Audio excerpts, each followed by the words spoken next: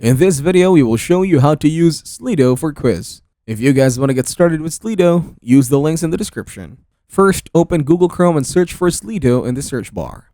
Click on the official Slido website link that appears in the search results.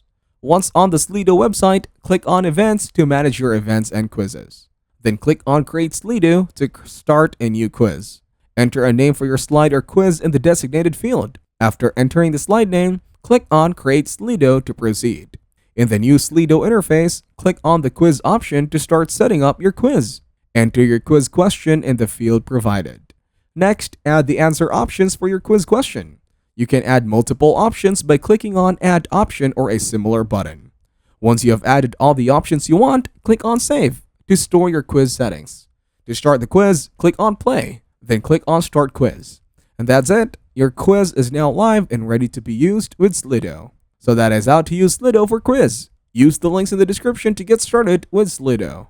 If this video was helpful, please consider leaving a like and subscribing to my channel.